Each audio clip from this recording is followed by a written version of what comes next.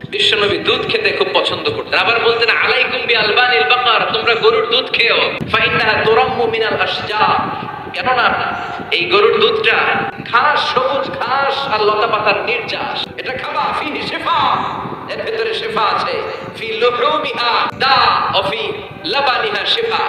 বিশ্বনবী বললেন বেশি বেশি গরুর দুধ খাবা, তবে গরুর গোশত বেশি খেও না, গরুর গোশতের ভেতরে রব্বুল আলামিন রোগ রেখে দিয়েছে, কিন্তু গরুর দুধের ভেতরে রব্বুল আলামিন শিফা ঢুকিয়ে দিয়েছে। গোশতের মধ্যে রোগ আছে না, ডায়াবেটিস, হার্টের সমস্যা, যাদের হার্টের ব্লক পড়ে যায়, ডাক্তারদের কাছে গেলে বলে যে রেড মিট খাওয়া যাবে না, লাল গোশত যারা খায় তারা যেন আমার কাছে সিরিয়াল না দেয়, এরকম অনেক ডাক্তাররা বলে। জানেন কোলেস্টেরল বেশি, মনে রাখবেন যে প্রাণীর পা বেশি ওইটার কোলেস্টেরলও বেশি। মাছের কয় পা? কথা কন, পা নাই, মাছের ভিতরে কোলেস্টেরল নাই। মুরগির কয় পা? তার মানে কিছুটা কোলেস্টেরল আছে। গরুর কয় পা?